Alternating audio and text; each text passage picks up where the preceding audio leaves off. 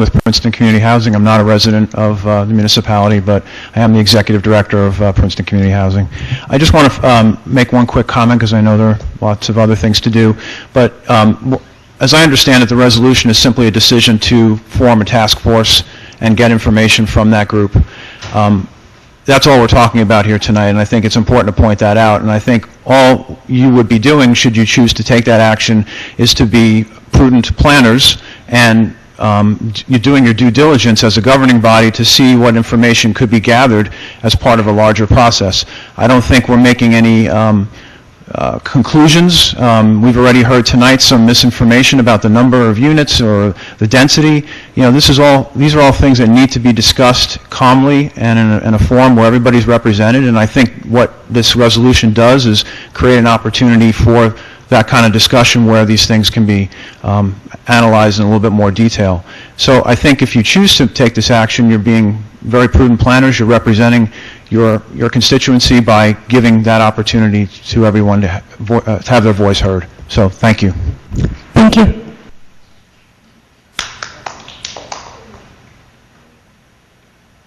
Peter Marks, 107 Moore Street. A member of HABOP until Liz Mayor Lempert removed me. So I know a little bit about Maple Franklin and the plans to develop them. I'd like to point out people on Jefferson and Moore Street also have rights. I think the average tax bill on Moore Street is well over $20,000 a year. Most places, that's a person's salary. I've read that the mayor views Princeton as a partial solution to poverty in Trenton. You know, that's dandy. A lot of us would like to live on Fifth Avenue. I don't see any reason why Princeton should be concerned about housing the tri-state poor. I do agree with Leighton in one of the statements that he's made often in HABOP meetings, that we should be concerned about what he calls the indigenous population of Princeton. I think it's offensive that what we used to know as the Witherspoon-Jackson neighborhood has been, it's unrecognizable. I went to school in the Quarry Street School. It was a great school. It doesn't exist anymore. It's now a development. I went to the Nassau Street School. That was my favorite school in Princeton. The borough, in its wisdom, decided to sell it to the university. We don't have that land as a result.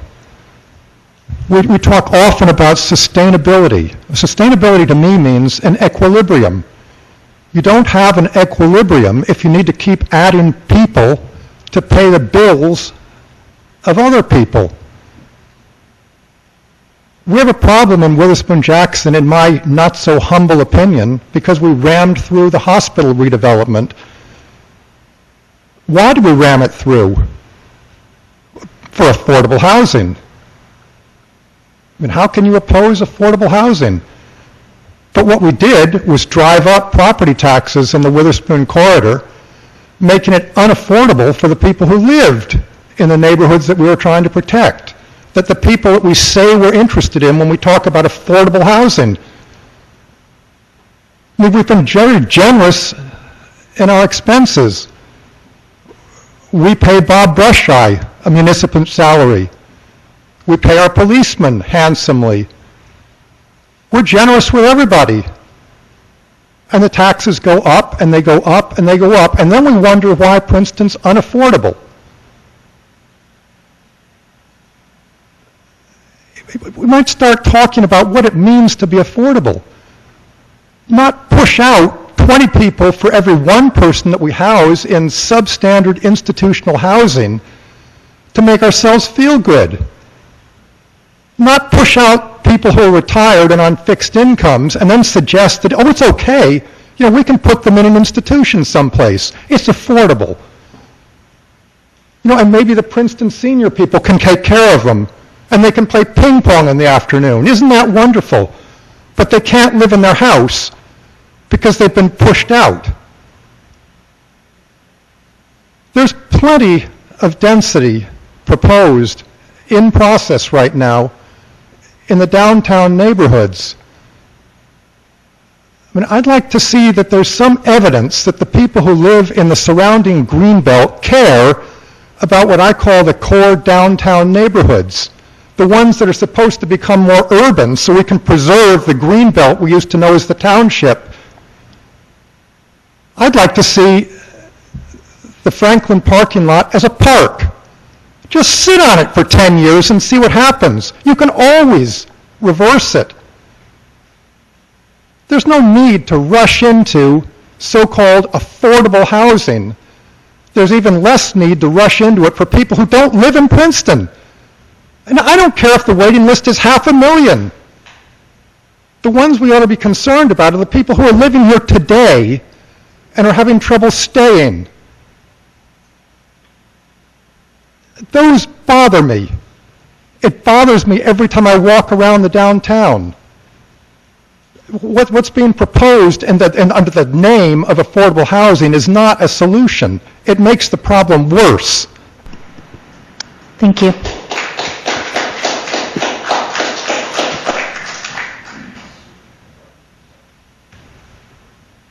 Good evening. Anita Goroniak, 1 Harris Road. I'm right across from the Franklin lot.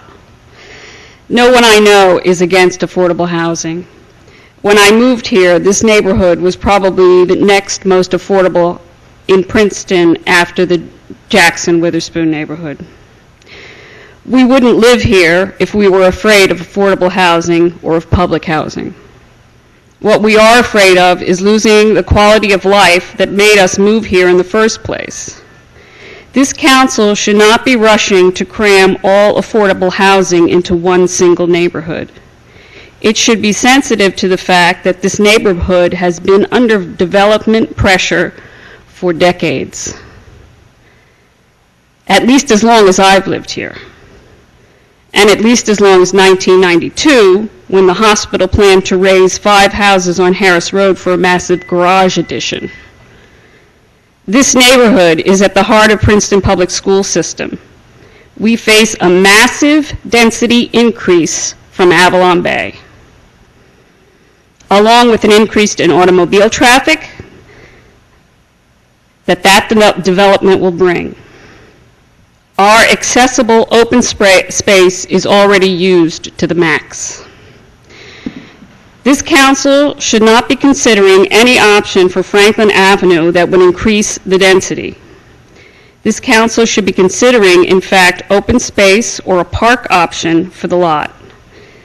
This kind of option would be a resource for the whole community, including school children who use Franklin Avenue to walk to school. It would bring some peace to the neighborhood that is now facing years of disruption from Avalon Bay demolition and construction. The development of the Franklin lot should follow sound planning principles and should not be driven by ideologies. Nothing should be considered for the Franklin lot until we see what the impact of Avalon Bay will be, because we could be creating more problems than we're solving. Thank you.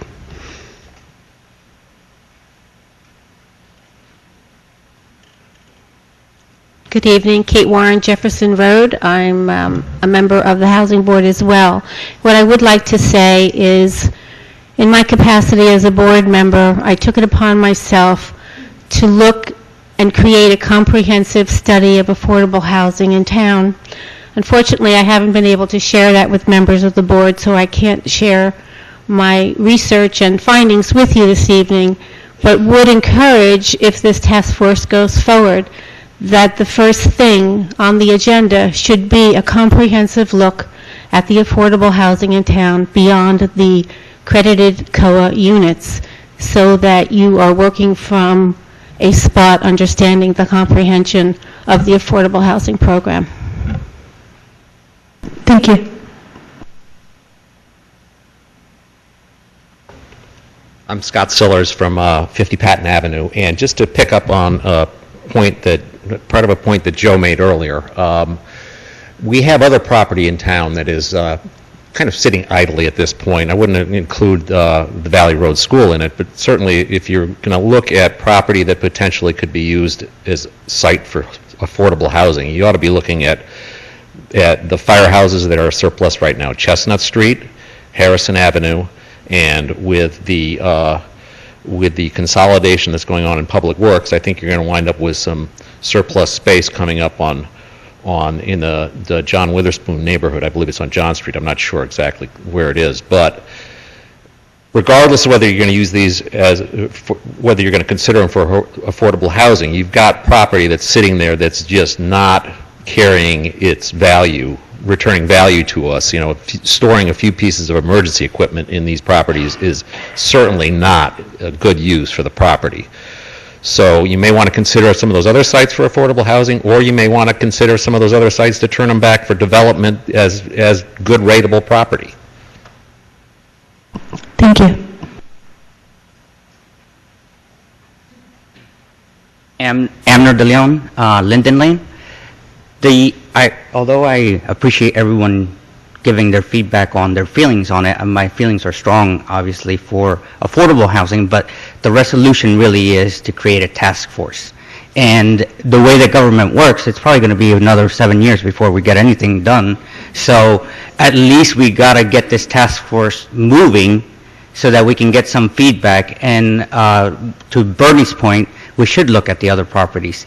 And I think, you know, from the feeling that I get from the room, not in my backyard, the other properties are a little bit further out in town, and some people might not like that also. But I do say that we should be opening up the other properties that we do have. Thank you. Good evening. I'm Lyndon Estes from 3 Harris Road, Nita's neighbor. I had a simple request in that in this task force, when it's created, I would urge, as some of you have already mentioned, that it have a broad remit and not just be confined to 2 properties, which sounds to me slightly a la carte and less strategic in its thinking. So I would urge, especially it sounds to me as if there has not been a lot of attention given to the idea of affordable housing. Did I understand that comment correctly? That the council has not looked at that as holistically as they have other matters in town. If that's the case, this seems like a perfect opportunity to look at the issue holistically and strategically and not confine it simply to 2 properties. And I'll leave my comments there. Thank you. Thank you. Can I make a motion? Oh, I'm sorry. Minnie Craig, Witherspoon Street. Always wait to the last. I can't do all that standing. Just a couple points. The task force has to look at the long waiting lists from the, say, Clay Street, etc., and list all the affordables that we have in town. They're not all just in the John Witherspoon Street neighborhood. Let us know where they all are. And one person said to me last week, they said, I live in the Maple Terrace, and I think they're gonna move us out. And I said, well, where are you gonna go? And they thought that they would probably be moving into any apartments that are built on the parking lot on Franklin Avenue. So that's some misconception there, maybe, that the tenants need to be told whatever will kind of calm them down. And then another thing to look at, the task force that we should have, how many parks are there around? You know, how many parks are there around? And this task force has to be represented in all kind of ways.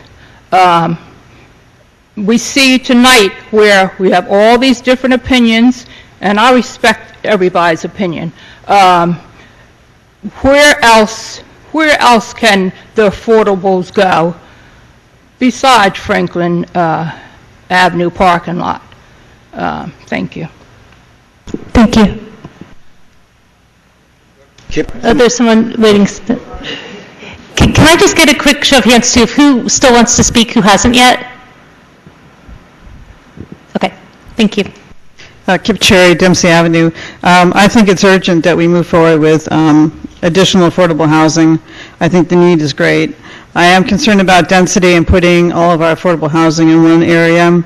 I do think we need a broader look at all of our assets that Mr. Miller suggested. I also am very concerned about what Ms. Miller suggested regarding PFAS and understanding the finances there. I think that's a major bite we've taken off.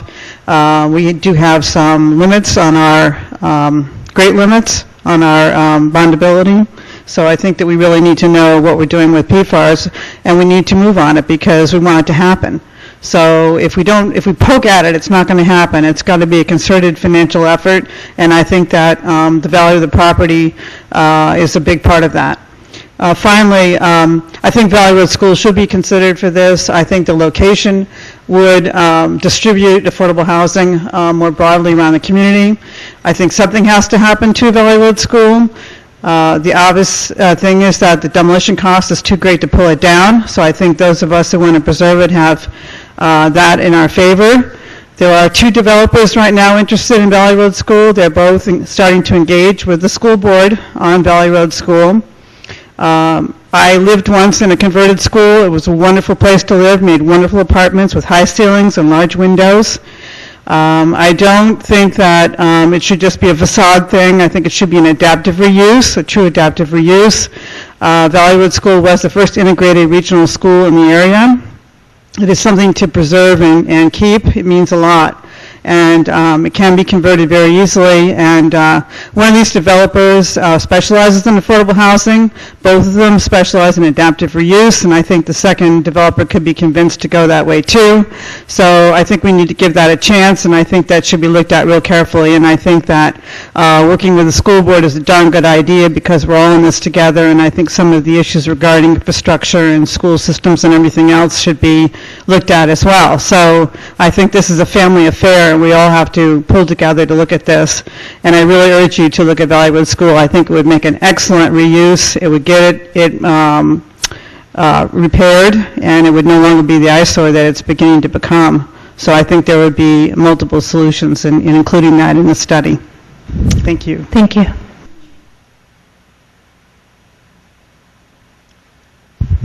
My name is Bill Hare. I live on 183 Jefferson Road, and I'm not really here to talk about the affordable housing because my concerns at a much lower level is what's going to happen on Jefferson Road and how will my 3 kids cross the road and go to the pool, cross the road and get to the high school, bicycle up and down that road when we have cars that fly by at amazing speeds, and it's only going to get worse when Avalon Bay moves in. So right now I think it's too high of a density already. We don't even have Avalon Bay started. We have too much traffic already on that road to even add more housing on Franklin, and Avalon Bay isn't even built. So I think, a task force is great, but maybe in 10 years, you could look at building stuff once we know what it's going to be like with the schools. I think my son's 9th grade class is the biggest at the high school in history. What's the traffic going to be like? How is it going to affect us? I understand that we can't have traffic calming devices on Jefferson Road, so it's going to be up to the kindness of drivers to slow down for my kids to cross the road. That's what I'm worried about. Parking, I'm sure that Avalon Bay is not going to have 288 cars. I'm sure there's going to be 400, 500, 600 cars there, and they're going to be on my street. Town resources, what's going to happen to the water, the sewer, the noise, the crime, when all that's going in, and then you want to put in more people on Franklin. I just don't see how we can fit it in. So hold off for a while. Try and put Princeton residents first, our quality of life first, parks for the kids, something like that before we start looking for waiting lists for people who I don't even know where they live. So look at the current residents and put us number 1, and then start looking at the rest. Thank you. Thank you.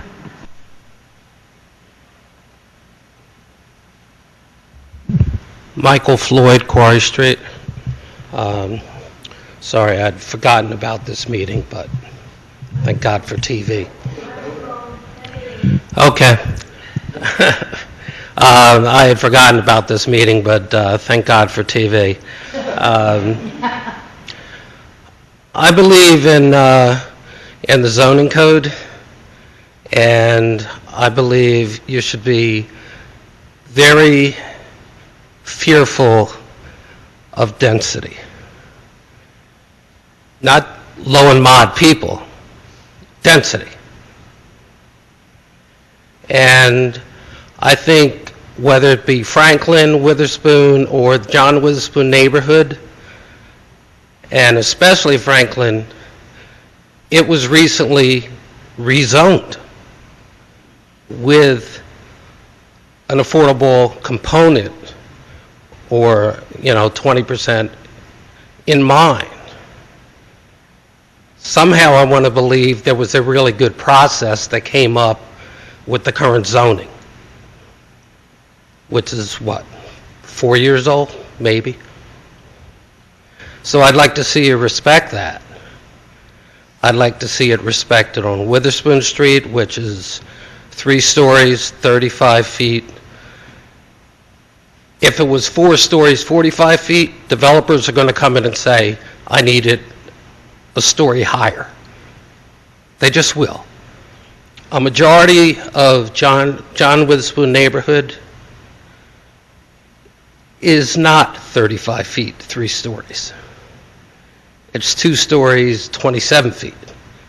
So as we look at, or as you get lobbied for more height and more density, also look at 80% of the neighborhood, which isn't even at the maximum current zoning. As long as I've been alive, we've talked about downtown being a threat to come down Witherspoon Street. And the major concept with downtown coming down Witherspoon Street is density. It's always been that.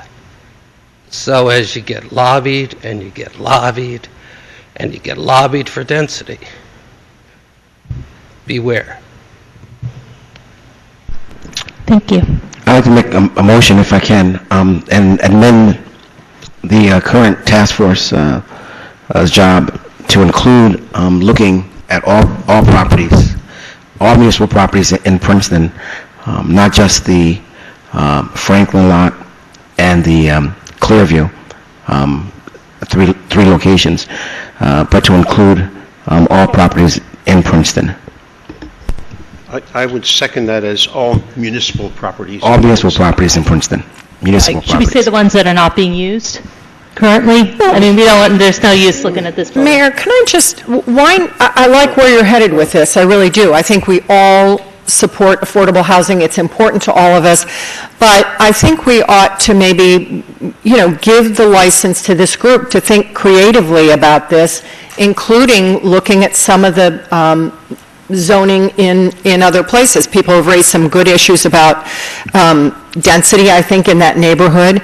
And so I think not necessarily property we own, but why not a little pie in the sky? I think Mr. Broshai is right that we haven't had the comprehensive look at affordable housing that perhaps we have for our some of our other departments, but I think we're limiting ourselves if we tie it to 2 properties. I realize we've sort of come into these properties, but I think that really if we focus on them, we may be overlooking much larger opportunities to really provide greater numbers of affordable housing, and I think we're overlooking opportunities to do be creative with these lots as well. So I don't think we should limit ourselves on these lots, and I don't think we should limit ourselves on affordable housing. I think we should take a wide view, and I would hope in the meantime that we could get an inventory of municipal properties, and we could start to work with our planner or even someone from outside who can give us some advice. I think we've got some decisions to make. Scott Siller's brought up the firehouses, the John Street property, what we're going to do with Public Works altogether. We're facing, the cold storage. Are we going to move Public Works all the way out to River Road completely? So I think we have a lot of decisions that need to be made in tandem, and tying this resolution to two properties is way too narrow. I want to bring up that when Jenny, Bernie, and I met with, we were meeting as part of the ordinance group, and I think Kathy Monza was there as well. We were talking about affordable housing and the affordable housing that will get through Avalon Bay, the 57 units. And what the things we can start to do now, Peter Marks, I think, mentioned the indigenous populations and people that are currently in our own community that we need to be concerned about. And we had the idea that perhaps we can start a program right now of educating people about their credit scores so they will qualify for the housing at Avalon Bay, and that we can essentially stuff the application box, if you will, with Princeton residents and people in our own community that we can help. They've got a long time to work on their credit scores. If there are issues, they can get them straightened out because, Avalon Bay, it could be 18 months. So I think we have an opportunity, and really, if we're talking about affordable housing, I'd almost like to see us concentrate our efforts on the things we can do to help people within our own community qualify for that housing. I just want to say, before we take the motion, that we do that now. We do help people. Well, I know, but I think we need to restart that and be more aggressive about it, because with an eye on Avalon Bay. Well, I mean, let's hold that out as the carrot. That would be the goal, where you could get. Okay, well, there's a motion and a second on the table. You don't have specific language. Yeah, actually, we don't have specific language for the motion, so I have a major concern with that. As I read the resolution, it looks to me like to achieve the goals of the motion. The motion does not provide specific language, and to achieve the goals of it, we'd have to rewrite about half the resolution. So if somebody's got that, I'm very happy to consider it. Or we could take a short break to let somebody construct it if we want to do that. But I'm unhappy with the purpose should be X, and leave it at that. That's not a motion that is actionable under our resolution. Well, I did come up with a little bit of language. Do you want me to give a stab at it? Yeah. Whereas the municipality of Princeton has several parcels of property that should be evaluated as potential sites for affordable housing, whereas it is necessary to complete a full evaluation of the development potential for all properties, including factors, blah, blah, blah.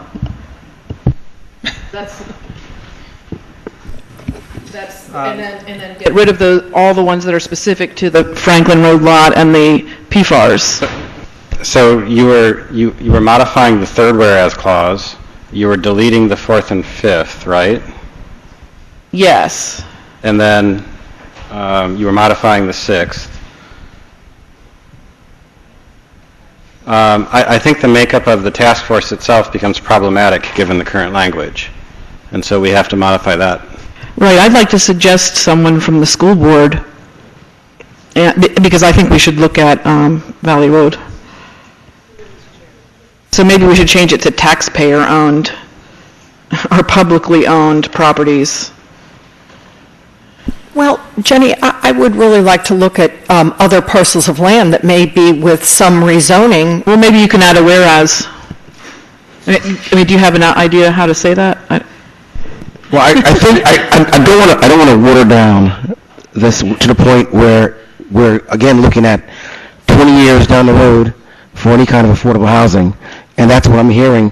I understand what Patrick's saying, but I mean we have to be succinct. I mean I don't want to water it down and look at everything.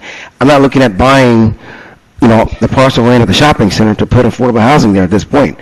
This was more specific on what we own now and what we can move with, and it's also when you own the land, and if you can, build a project and construct a project in a way that we can almost, can't guarantee, but we can almost have like a Princeton preference, where we can put people from Princeton, and that's what I'm just saying. We've heard over and over again, you can't do that. It depends on how funding's done. So I'm just saying there's a lot of things that we can consider. The task force can consider all this stuff. That's what I'm saying. One thing I might propose But a private developer may be actually able to build it faster than we can. One thing I might propose, one thing I might propose is that given we have, we have some municipal properties that we need to make some decisions on if we're going to be using them to their best use, that we start with having the task force with a more focused directive, maybe more expanded than this, as a lot of council members are saying, to look at all municipally owned properties that are not currently being used. And then after that study is done, and depending on how it works, we can have a second phase, and they can look more broadly at the community. But it seems like to throw everything in there at once is going to be overwhelming for the task force and might even require hiring a consultant, or, I think we want to have something that's doable. I wouldn't be opposed to hiring someone, both someone to look at our internal properties professionally, and nor would I be opposed to hiring someone to look at affordable housing options if that's what it takes. But I think to link these two things is limiting on both fronts, both best use of our municipal properties. I mean, you said, well, we may never get the opportunity to get another parcel of this land, like this, but you could make the same argument about a playing field. There's no more property for playing fields either. So I don't know. I wouldn't tie the two things together. Let's have a good look at affordable housing, and let's have a good look at our municipal properties and what we need to do. I don't think they need to be tied. Okay. Did you want to make a motion, Ms. Crumlin, with your language? Yes, I'll make that motion. Okay, and can you just read that paragraph again so we're all clear on what it is? Whereas the municipality of Princeton has several parcels of property that should be evaluated as potential sites for affordable housing, and whereas it is I would like to say, okay, the municipality of Princeton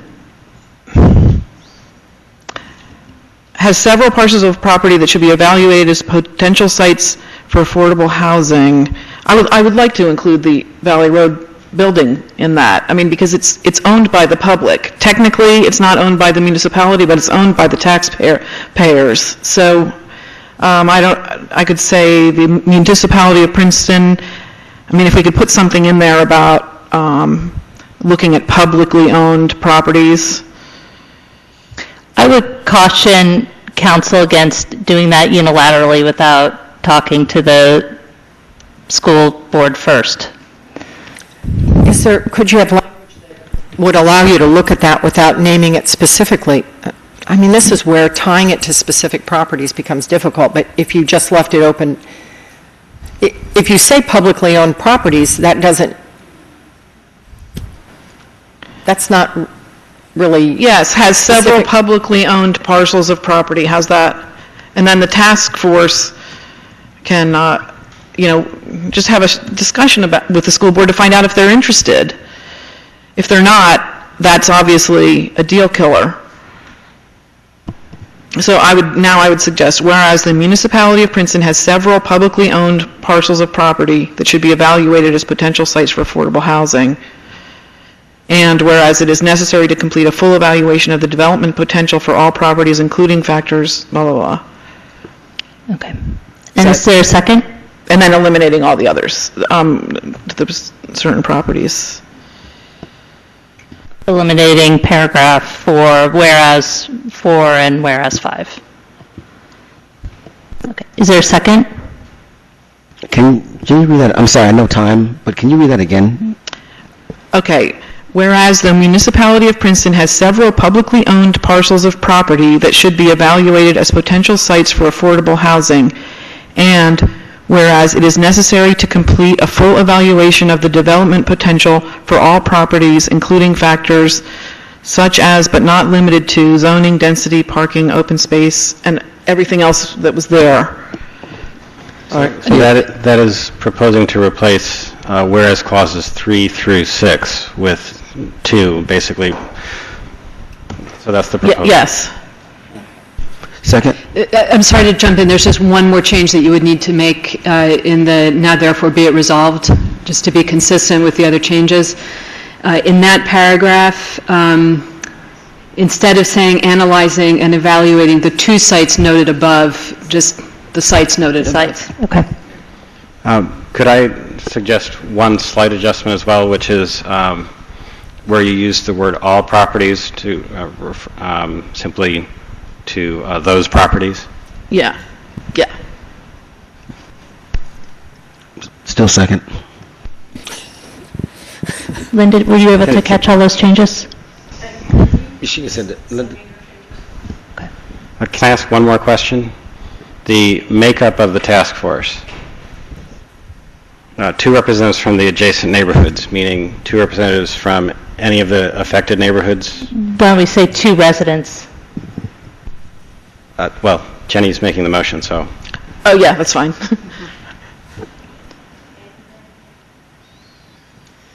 Good idea.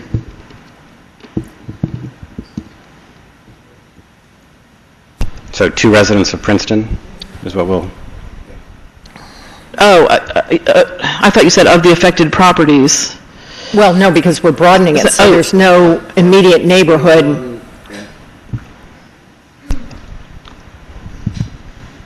Well, what do you think?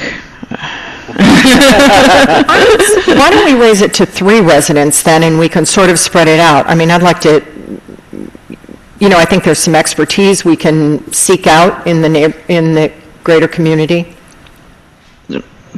Is that reasonable to everyone else? 3 residents of Princeton? Yes. Just I'm fine. Yes. I'm fine. That's fine. That's fine. Okay. And I should also note, we'll put an application up on the website for folks who are interested in serving on the task force, and we'll have a assuming it sounds like this is probably going to get through, in which case we'll have the makeup of the task force at the next meeting on the 22nd. Okay, all in favor? Aye. Aye. Any opposed? Okay, the resolution as amended passes. Thank you very much. But can I also ask that the Finance Committee looks at the PFARS property and the loan that we're giving the PFARS and the financing, et cetera? Well, and give us a little summary of that and its effect? The effect of selling, renting, and developing. Well, are you asking that from Bob, or are you asking, or do you want it to go to CFAC, or what do you? Well, yeah, the CFAC would be great. I mean, of course we can't have real numbers, exact numbers. Okay. We'll go back up now to the first resolution, which is 14-255, mayor and council salaries. I don't know, Bob. Thank you very much. We've gone around a few times on this already. I don't know if there's... Bob, did you want to review your memo on this? Well, let me just summarize a few things. I know that the topic was discussed a couple of times last year. The only thing that I would suggest to the council as you're considering this again this year is more looking forward than where you currently are in the makeup of the current council. It's never an easy decision. It's always one that elected and governing bodies grapple with, whether it was 35 years ago for mayor today. It's always a difficult decision, and so whenever you make it, and if you make one to change the salaries, I would seriously suggest that you look at some type of policy, and that doesn't necessarily need to be made tonight, but it should stay on your radar to make one so that it avoids having these larger increases down the line, whether it's a few $100s or a few $1,000s. If you can come up with a policy that handles that incrementally, I think it'll be easier for future governing bodies to just accept, and then you discuss it from a policy perspective. Maybe there's a year you don't do it. Maybe there's a year you modify your policy, but I would strongly suggest that. And lastly, I would say that, again, having dealt with a lot of governing bodies, all of you put in an incredible amount of time, and that's not going to change.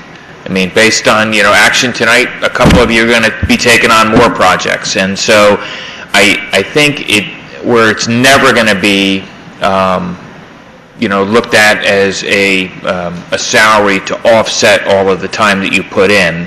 I think it should be reflective for the people of the community to understand how much time it is, because it is an incredible amount of time, and more than any governing body, person for person, of any governing body I've worked with. You really do have to put in a lot of time.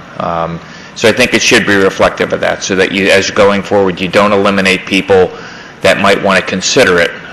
We're also very lucky, one last point, because I can ramble on this forever, but we're also very lucky from a staff perspective, because most of you have positions where you can break away during the day.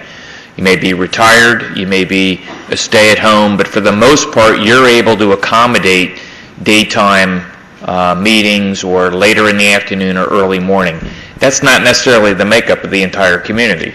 So when you start to look at future membership, you have to think in terms of what the typical maybe Princeton resident would be, in that they do have to work 9 to 5 or 8 to 5 or whatever their hours are. Their availability is going to be less. They may be in a position where they can't take off without taking leave or unpaid time in which to make meetings. So it's those kind of things, forward-looking, that I think you need to consider kind of outside the box when you're looking at it, and not so much whether or not you want to provide a raise. And to me, the smallest part of this is that whole deal with harmonization. I don't think that should be even an issue you discuss. I think it's an issue of whether or not you believe the compensation is appropriate.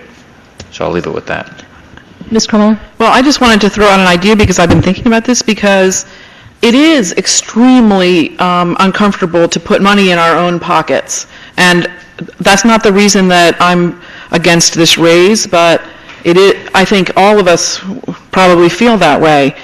And I'm on mailing lists from various municipalities across the country, because I was looking into mailing list software, and I forget where it was from, but one municipality has an ordinance that that the governing body's salaries are always put to public question. And what I wanted to suggest is that we put this to a public question if it's not a lot of hassle, because I know that I think that the governing body can decide to put a public question on the ballot. So I don't know if other people think that might be an interesting idea. And do you know the process for putting something on the ballot? Excuse me, you can do it, I believe, by ordinance. I mean, it would be too late, obviously, for this general election. That's right. I remember the cutoffs that are deadline being sometime like August. late in August. Yeah, August is the deadline. I don't know that it can be binding. I believe it can only be non-binding. It's non-binding. But I mean, that's an option. I mean, I would counsel you not to do that, counsel, only because I think it politicizes the decision that much more, and it could divide council even more than you may be currently divided. But that's just personal opinion on that one. I'm sure, Jenny, you could argue the opposite way. I know I could. Well, right. Too, Because another argument about it is that it's an arbitrary number. If our salaries right now were $1,000 each, we would be making the exact same arguments. And if they were $10,000 each, we would be making the exact same arguments, because they just don't come close to compensating us for the time we spend at any kind of level that anyone considers, a livable wage in Princeton. And so, giving ourselves $5,000 more is, to me, that's all we're doing. We're not making us more attractive to candidates. There's no evidence, and which is what people are saying, that we want to attract a more diverse pool of candidates to run for the council, and we're only appealing to people who can have the means to do that right now. But $5,000 more, I forget how much we're giving us. $2,500. Okay, that's even. We cut it in half already. Okay. But still, that's not okay. 25. That's just not going to make a difference. And so, why ask taxpayers?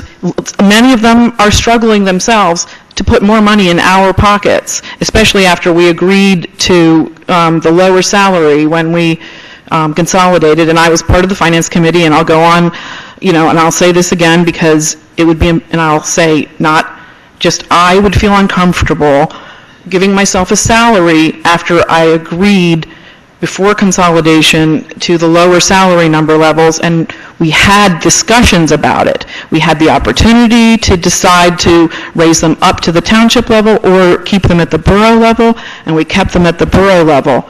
So, so if we don't want to do a public question, which I don't know if anybody thinks that's a good idea. Well, I thank you, Jenny. You're thinking outside the box, which is great. We've had this conversation, I guess, for the past 2 years. And I always go back to when we consolidated. And I know Jenny said that Councilwoman Quinmiller said that I didn't object to the pay decrease. Council President, myself, Council President Bernie Miller, and myself, Lance Liverman were the only two in the whole municipality. I checked that out, that actually had a cut in salary.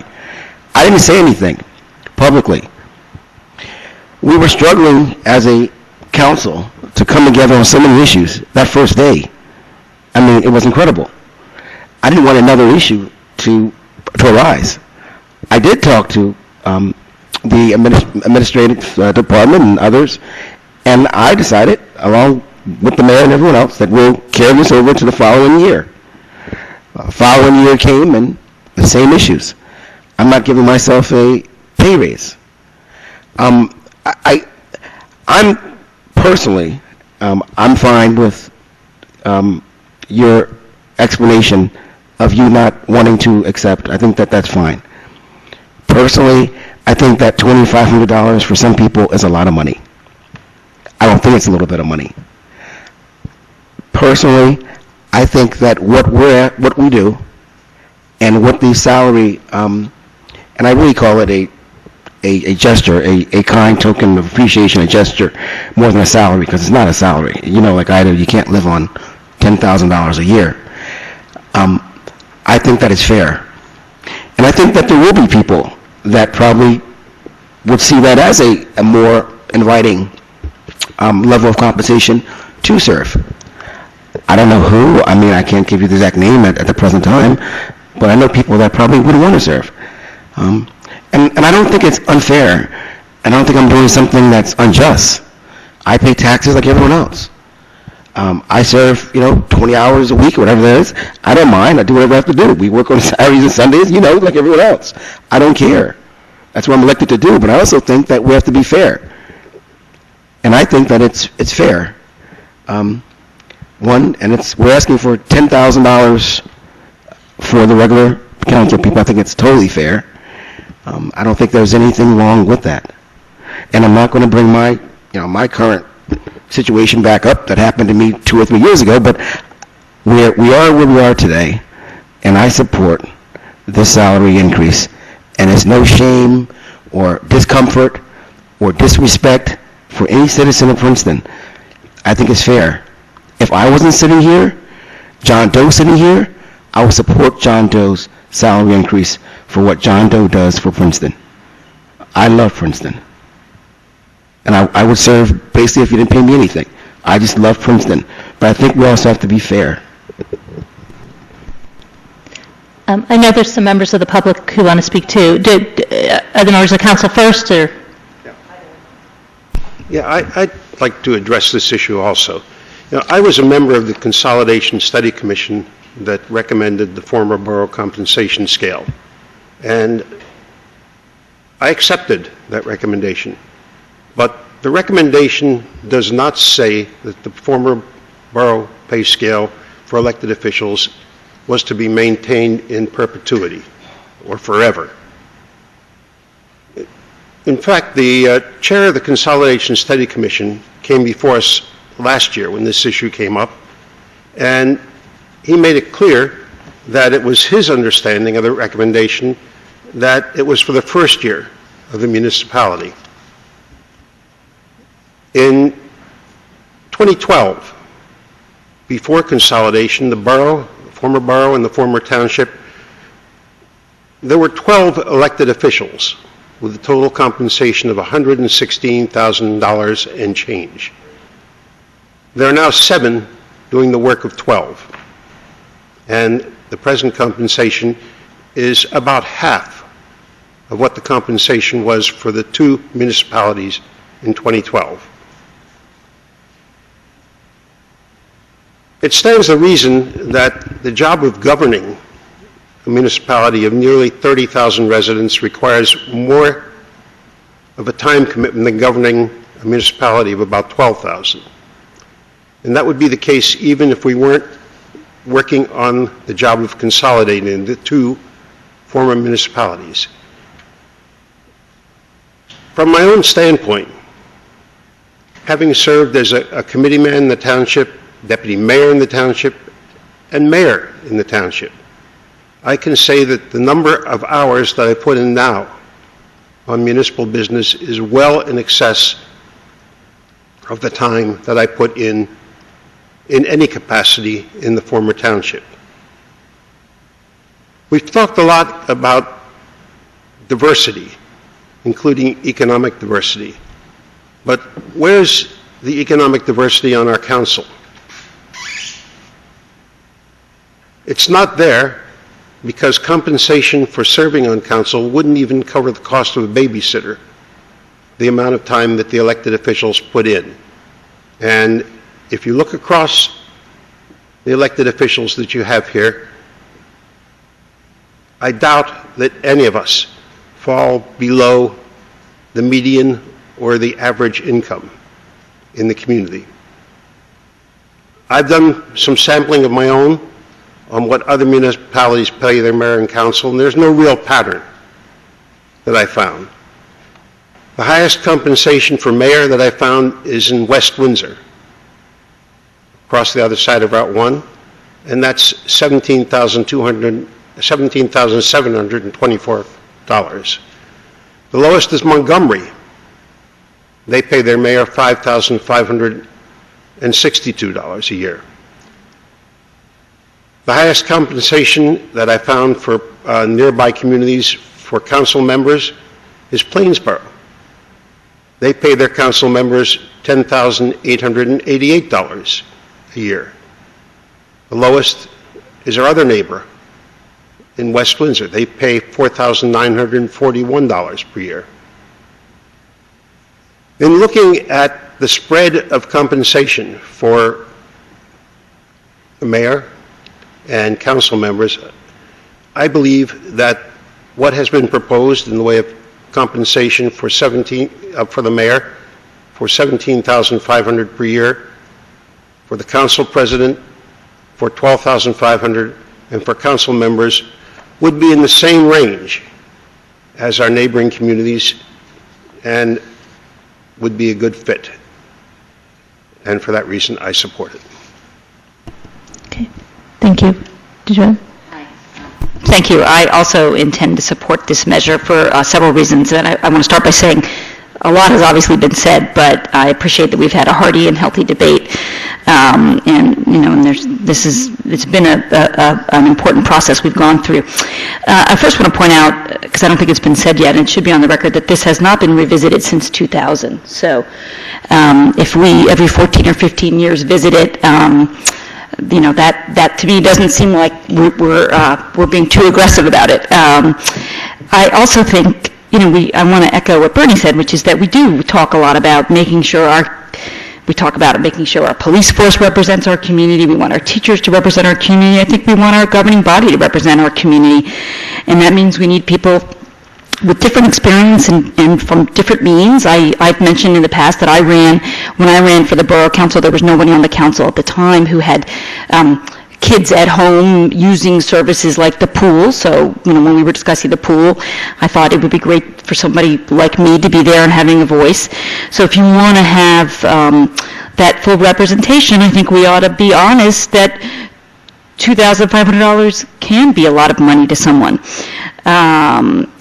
Also, I do want to, for the record, that I say that I don't think this is a consolidation issue, and I think it's important that we call it out because I hope we won't be bound by those consolidation documents ad infinitum.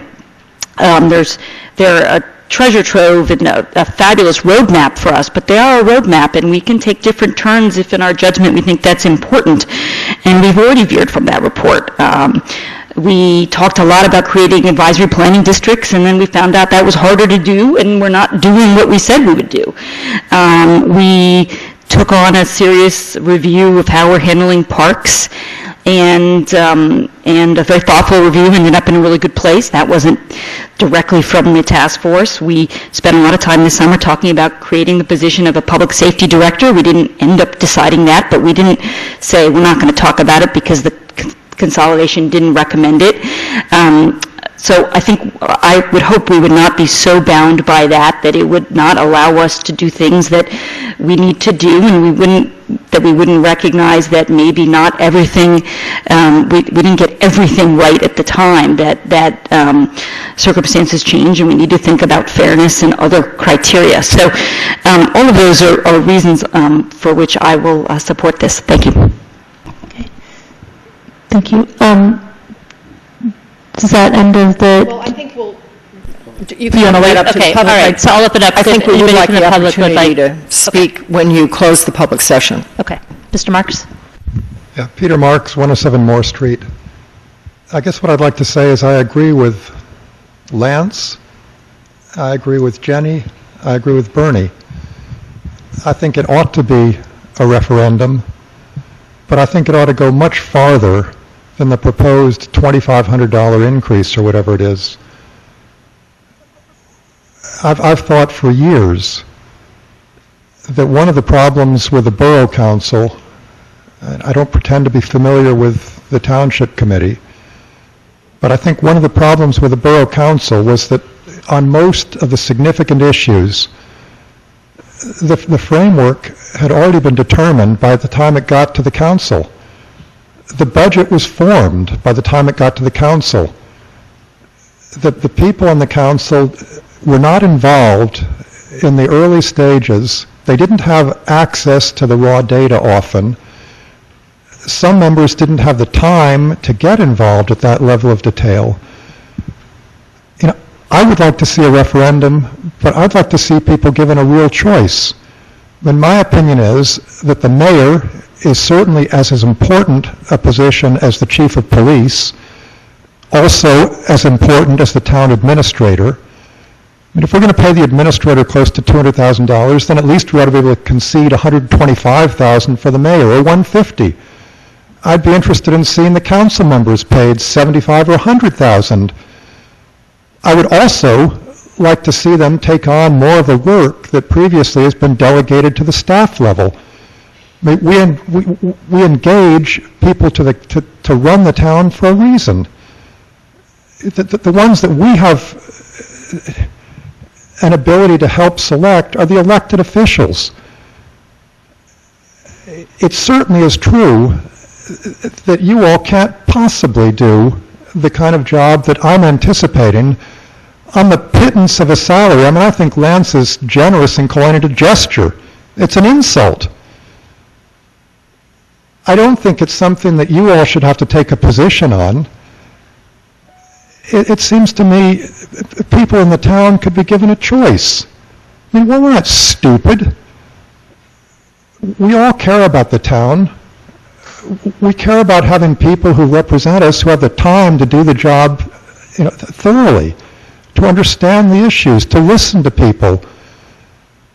But that's a full-time job. It's more than full-time. The ones who are conscientious spend many more than 40 hours a week. So why do we have to be limited with a pittance, you know, of compensation? And if you're feeling badly about pushing the salaries up to the range I'm talking about, then do it by offsetting against cuts on the staff level and taking on more of the staff duties yourselves. It doesn't need to burst the budget. It doesn't need to alter the budget. But I think some of us in the town would like to see a referendum that gives us the ability to say, yes, we'd like to pay you handsomely.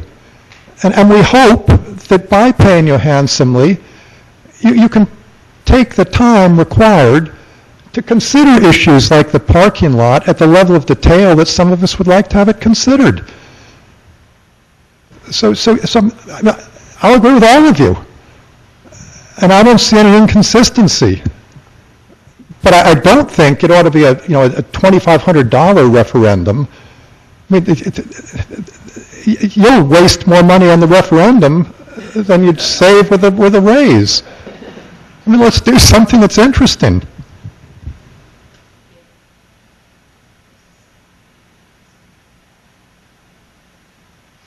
Hi there, Peter Willinen, Spruce Street. Making my comments, partly my role as a Democratic municipal chair, and we appreciated Bob Brushai's remarks about looking forward in terms of council and recruiting. I would also agree that maybe the resolution before you is a little narrow, and I find myself surprisingly agreeing with Peter Marks that it's looking at really a broader view, and perhaps how much should the compensation be to make this position attractive. It is a conversation that should be had. And I also understand that it's very uncomfortable, always for the council members to vote for this, and putting off another year would be easier. But on balance, given the resolution before you and the fact that we, at some point in the next year or two, will be looking probably at some point there'll be an open seat on council, and we're going to want to attract a good candidate. And I would encourage you at this point to go ahead and vote for this increase so that we do start signifying the value and the importance of this role, and revisit it in the future and really consider whether it needs to be higher still to make it worth the while of people to serve. Thank you. And Leon Linden Lane.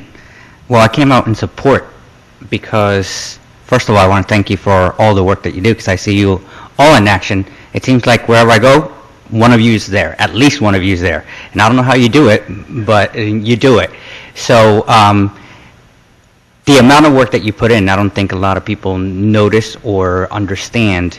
And yes, it would be just a token, and it does discourage some people from running, because it doesn't make it seem like we have the 1% that's representing Princeton. So then it becomes a tale of two towns as opposed to being one town. So we have to start representing, and we really have to stay clear of how diverse we want to be and how many people we want to include in everything that we do in Princeton. Thank you.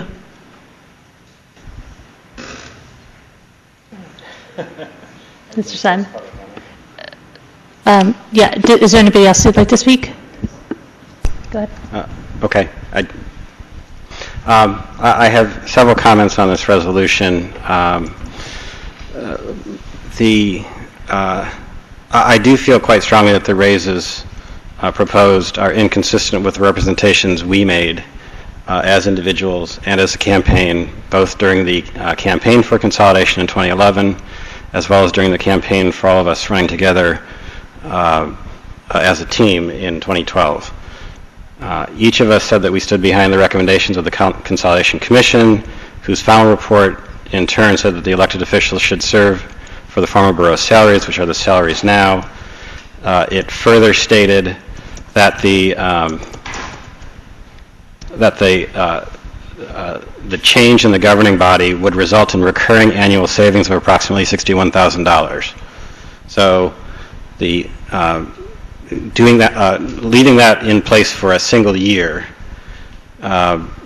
basically says that we didn't really mean it, and we're basically taking our word back. I'm not at all comfortable going there. I don't think that's the right decision.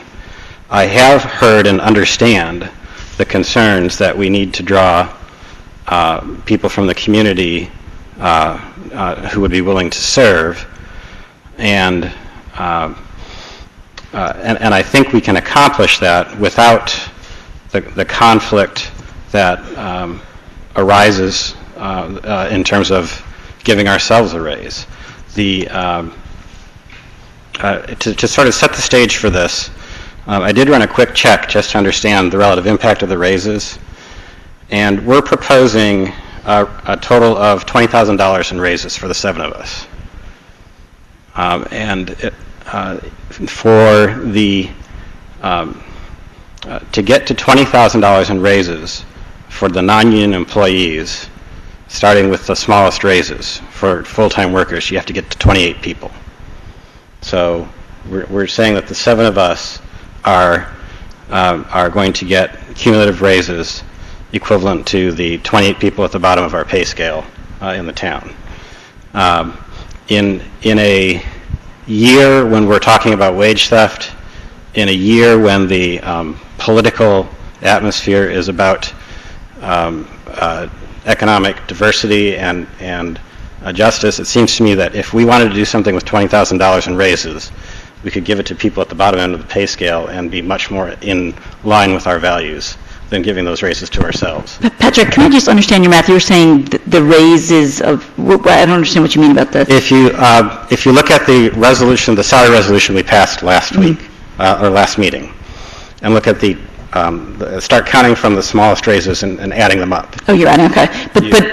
But folks have been getting raises almost every year for the last 14 years. Sure. The people, well, actually, this is a catch-up thing, isn't it? In the borough, I think there were years that they skipped. And just to put that in perspective, the people this year got the non-union employees got a 1.6% raise. The rate of inflation in 2013 was 1.5%. So in real terms, we gave them a 0.1% raise. I'm not objecting to giving the council raises that are consistent with the cost of living. I'm also actually not objecting to the idea that the council positions should conceivably have higher salaries, but we've got a conflict of interest in making that argument, and we're breaking a promise. But just one more point of fact, though. If you go back in the Bureau of Labor Statistics has an inflation calculator, and if you put in $7,500 and $2,000 and to ask what it is today, it's about $10,500. So we're still under what if you had done just a simple inflation adjustment based on the salary. That's fine. We didn't make our promises in the year 2000. But we made just them in terms of 2011 and consistency. 2012.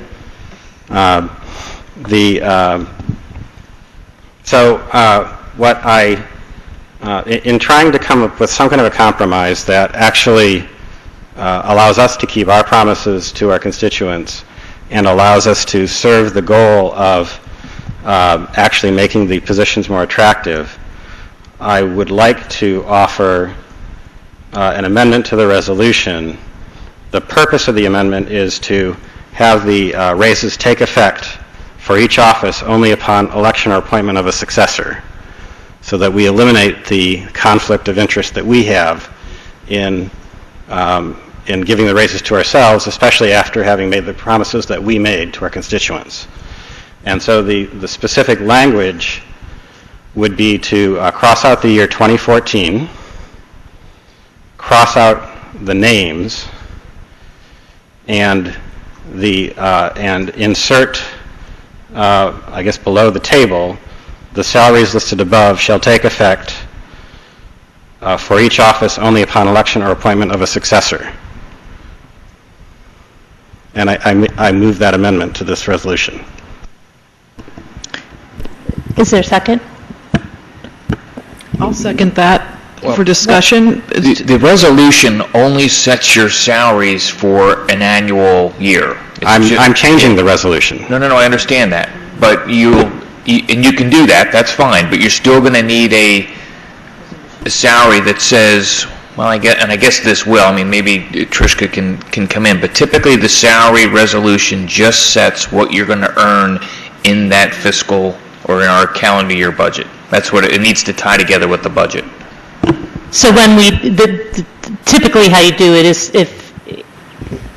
if we do what Mr. Simon is saying is that when you have, after the next election, you'd have a salary resolution that would have different salaries for different people based on who was up that year, but that you'd have to adopt it every year in any event. Yeah, you have to do a salary resolution every year.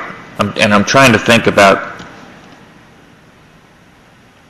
I know what you're trying to say is that from a policy perspective, you're going to change future councils' salaries.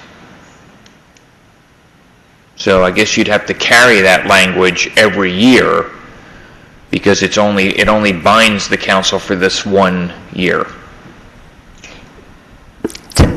You'd have to carry it for the next 3 years, is what. Or until there's turnover. I mean, it's not just 3 years. It's not just the election, it's turnover. So conceivably, then, we could end up with, Split pay scales. yes, not everybody making the same. Absolutely. I have to think about whether. And the that's newest a good members idea. would make more than the older members. Right. If the goal is to attract members of the public to serve on council, that this meets that goal without bringing us into the conflict of interest of raising our own pay. Okay, so Could I comment, not necessarily on that while we all cogitate, but I haven't spoken generally about this pay raise. I'm a little confused by the assertion that we haven't looked at these salaries since 2000. We distinctly looked at them during consolidation. They were looked at 80 ways from Sunday, both by the consolidation team, the transition task force, and Peter, as great as your ideas are to really boost our salary immeasurably, the fact is one of the things that we voted on was the borough form of government in the consolidation referendum. And so what that means is a form of government where the council has a certain authority, and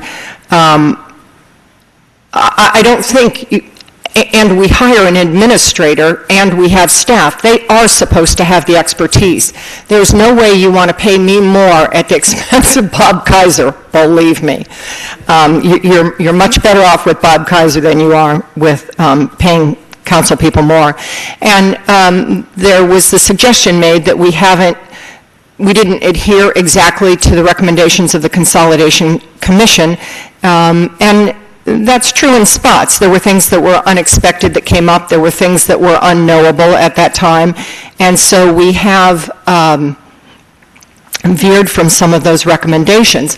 But this was completely knowable. We all knew it. We all recommended it. We all promised it. And we're simply in the second year.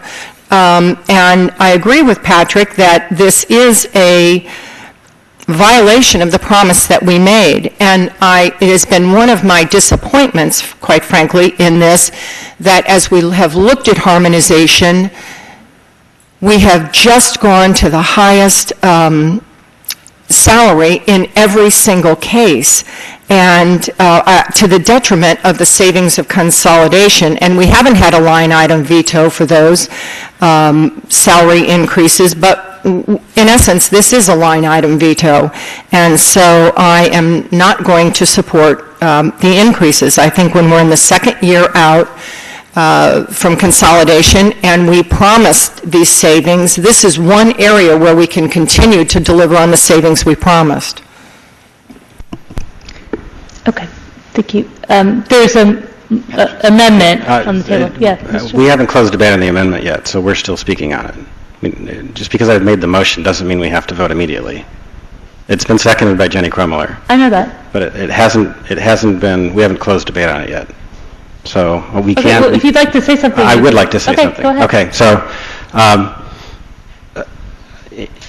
one of the criticisms that has been leveled against this council has been that we have been unwilling to compromise.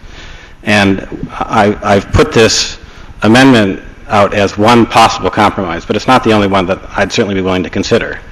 To offer two others, which I'm not moving at this time, but which I would like to hear other people's opinions on. One would be to simply have the raises take effect January 1st of 2017. And the reason for that date is that is the first date at which all of the positions on the governing body have gone through one November election cycle from where we are now. And so if we're trying to be consistent with what we've said to the voters and we're trying to give the voters a chance to have their say, that's the earliest date that allows us to do that if we want to have uniform pay for all of us. Another point that I will make is that there is certainly no implication in the Commission's report that a cost of living increase consistent with staff would not be contemplated, and I would be completely willing to approve a 1.6% increase, which is exactly the same increase that we gave the non-union staff for our positions. So I wanted to offer those up there in addition to the motion that I've already made that Councilman Crumler has seconded, really for discussion and especially for the people who have stated their approval of the resolution as it was originally offered, to see if there is room for a compromise. Can I make a motion that we call for the vote? On the amendment? On the amendment. Okay. So just so I understand, so immediately after I asked whether there's interest in any kind of a compromise, you're closing debate.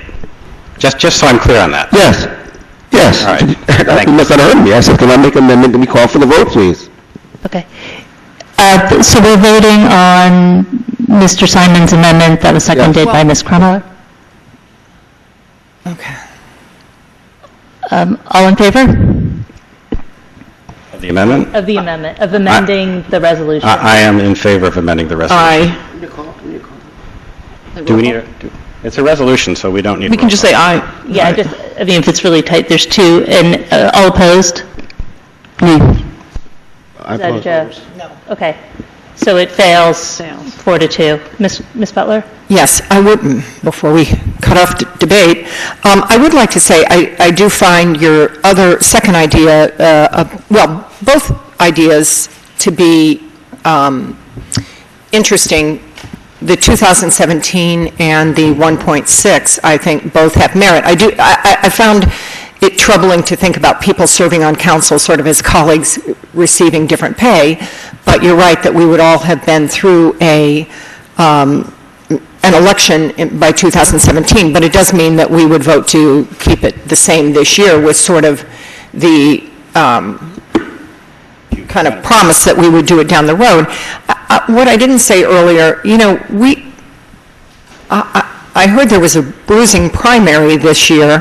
I wouldn't know much about that, but I do think it is evidence that it's not about the salary. And I would also say that is, $2,500 is the least of the issues if you're going to run a campaign in a much bigger Princeton. It's a lot different than running it in the borough. I think it's different than running it in the township. And I really don't buy the argument that this $2,500 is going to increase competition or increase diversity. There's a much bigger issue with our campaigns. Ms. Howard? Patrick, I just want to give you a little feedback because I thank you for your suggestions and just the reasons I wouldn't support them, but I appreciate you offering them. I do share Joe's concern that setting up something where we have tiers, when we were doing the harmonization, we worried about people working together, making different amounts, doing the same job, and so I think that would be a concern, but I appreciate that you're thinking outside the box. And on the 1.6, I like the idea of aligning those raises. The problem is that there needs to be a catch-up to get there, and I would think however we resolve this tonight, going forward, and if any of us are still serving in the future when this is revisited, it would be nice to align so that we weren't doing something like we're doing now. So I appreciate that suggestion and think it's something for us to think about the next time, even though I know none of us wants to revisit this again the next time we do. I disagree with your assertion that there has to be a catch-up. We looked at this issue in 2012. No, we disagree on that. I'm just saying that's why I don't support a 1.6 now. Okay. Ms. Crumler, and I don't think that we've actually ever moved the resolution that's in front of us either. So, but anyway, Ms. Crumler, go ahead. Well, I would support either of the compromises, and I think they're both the 1%, the 1.6, commensurate with the other salaries makes a lot of sense, and I agree. I don't feel we need to catch up either, and I think the big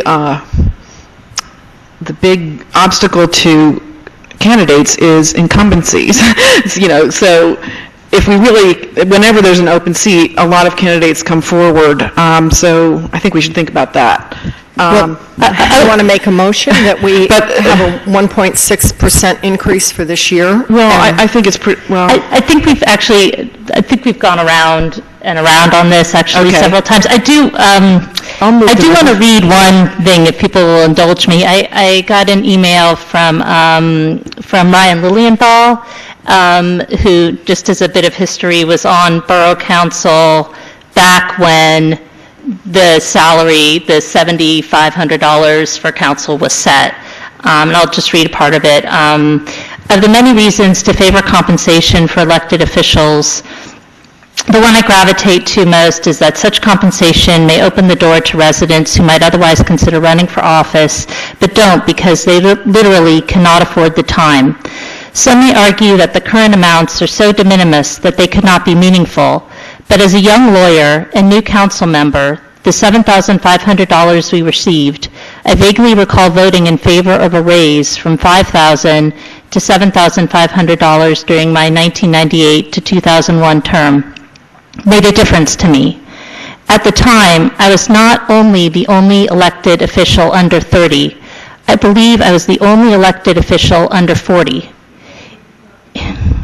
It's been my feeling that the huge time commitment involved in serving as an elected official in Princeton dissuades many in our community from considering this type of service, especially those with young children. Voting in favor of raising the compensation over time, particularly according to a sum that's less than the rate of inflation, seems reasonable. I hope you'll consider this as you weigh the factors that might influence your vote, keeping in mind that it's not just about you and the current council, but the future ones as well. Thanks for all you do to service the community. So I just wanted to share Ryan's words, and actually he couldn't be here tonight because he's at a back-to-school night with one of his children. So. But by the way, he ran for office on the lower salary. I mean, he's doing the same. He did the same thing we're doing. Mayor, can I make a motion that we approve the resolution? I second. So it's moved by Ms. Howard and seconded by Mr. Liverman, and I think, Madam Clerk, we better have a roll call on this one. Ms. Howard? Aye. Ms. Crummiller? No. Mr. Miller? Yes. Mr. Liverman? Yes.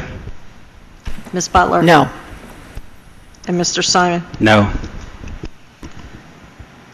Motion's tied. Mayor Limpert? Okay. Yeah, I was hoping not to have to vote on this, and for all the reasons stated,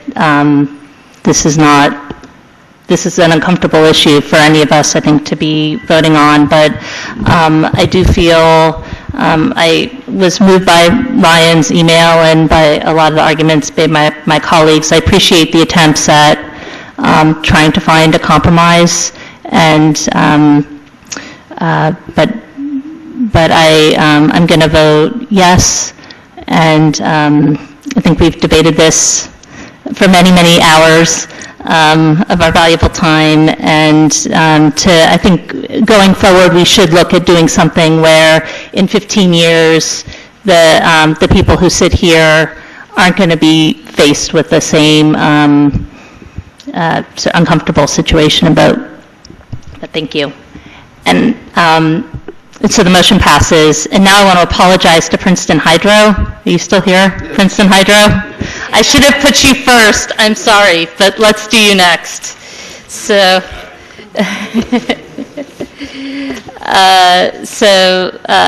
we're going to move to the, which one is it now? PSA for the Resolution E, 14-259, PSA Environmental Review of Transco Pipeline Project, Princeton Hydro, not to exceed $5,950. Are there any questions on this resolution? This was something that was brought to us by the Princeton Ridge Coalition at the last meeting when they did their presentation about the need to have a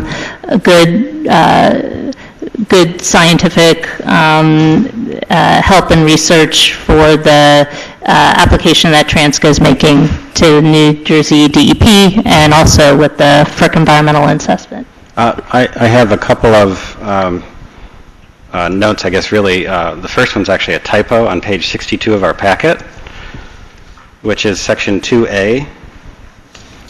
The not to exceed amount in text is different from the not to exceed amount in dollars. I assume that we want the numeric version, and so I I do move that we amend the text to be consistent with the numeric version there, 5,950 rather than 1,520. It's payment 2A. And then I assume 4 pages down from that, on page 66 of our packet, this is to Mr. Kaiser from Princeton Hydro. I guess I'd like to request a little bit of a clarification on the very last sentences, which currently read, Princeton Hydro will describe its findings in each of the 2 phases in a written document designed to be conveyed to either FERC of the NJDEP by either the township or the Princeton Ridge Homeowners Group. I very much want to approve this resolution PSA, but I would like to request that we request that Princeton Hydro change that language, since this is the guiding language for the PSA, to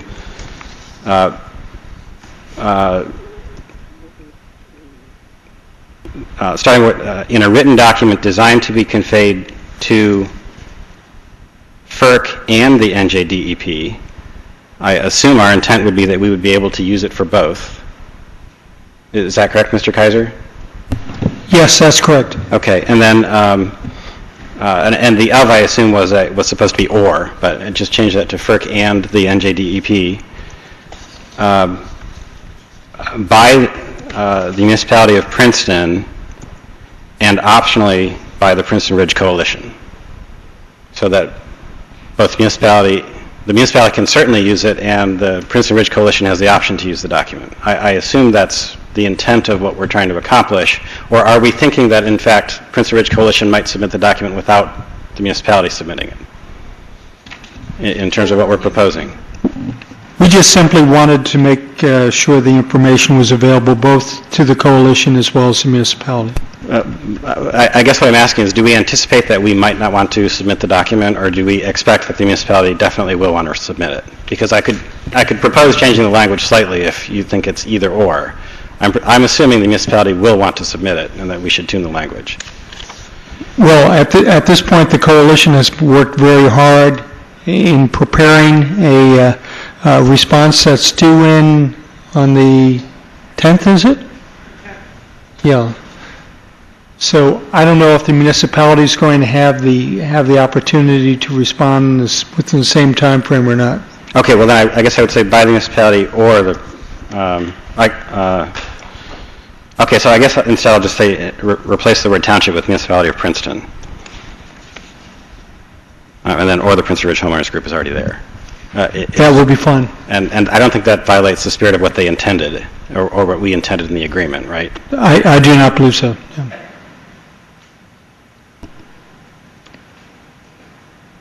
Linda, did you get all those changes? Okay. Are you moving the packet with those changes? I propose those changes, and I'll move this as amended. Second. Okay.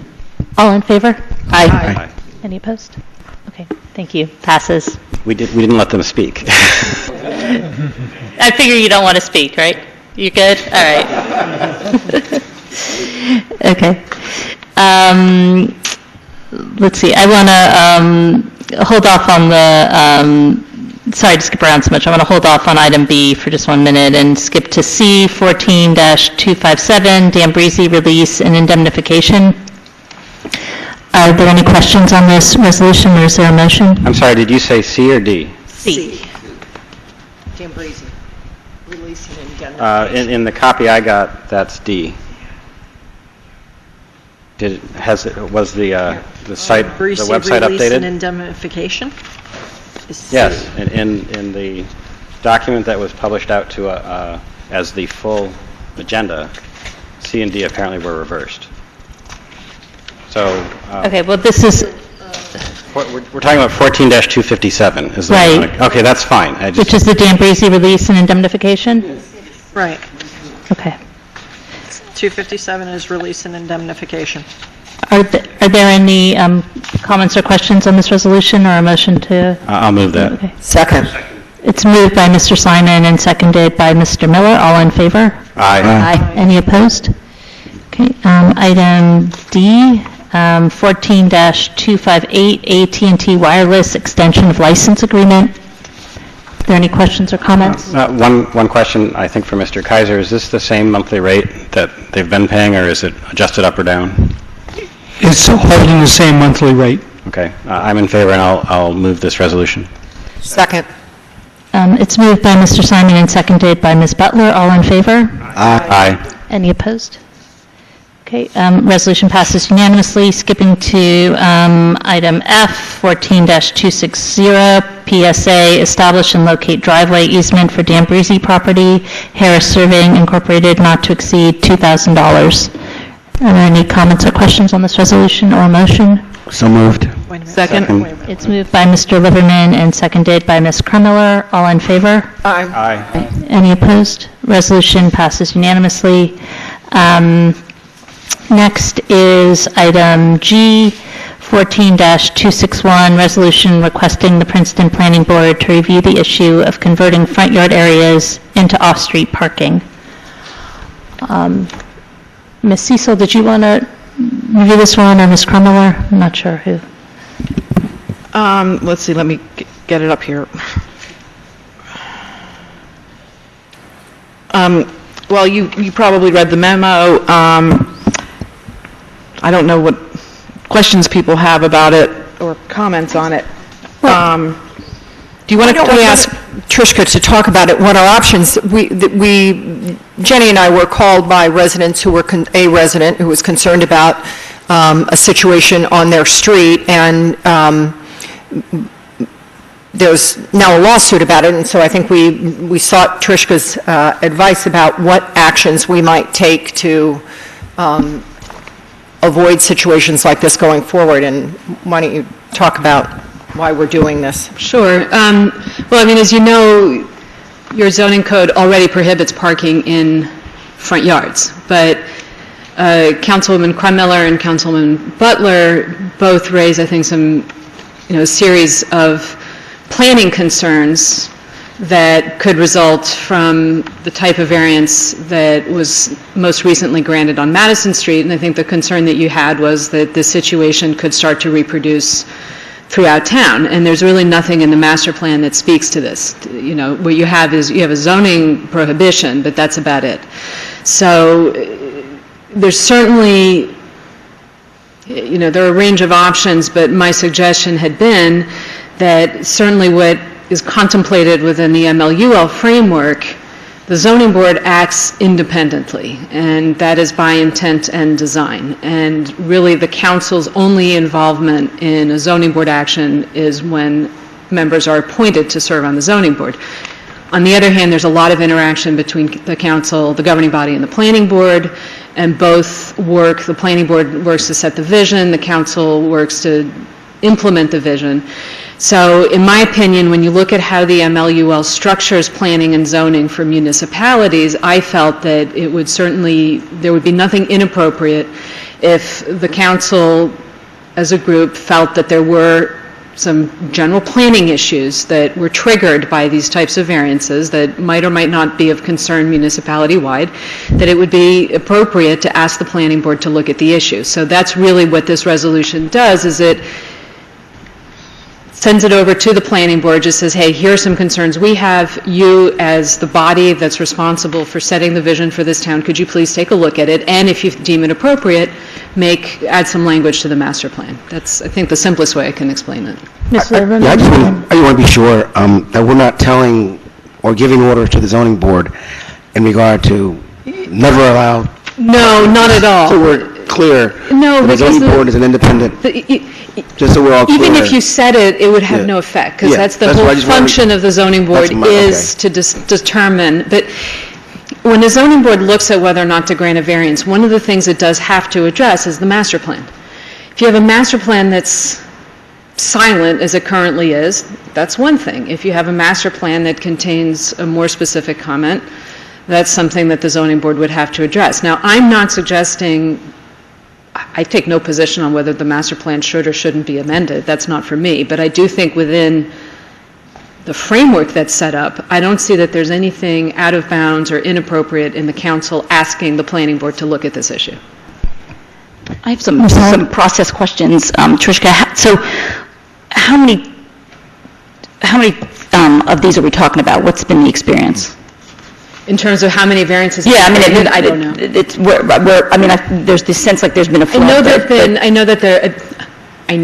been told, my understanding from Lee and others, I think there's been a handful, but I can't say for sure. And what about, I'm sorry, Derek Bridger's not here. Has he opined on this? On this, have I talked to Derek? Or has anybody on council talked to Derek? I mean, I'd be interested. No, we've talked to Lee Solo, but a lot.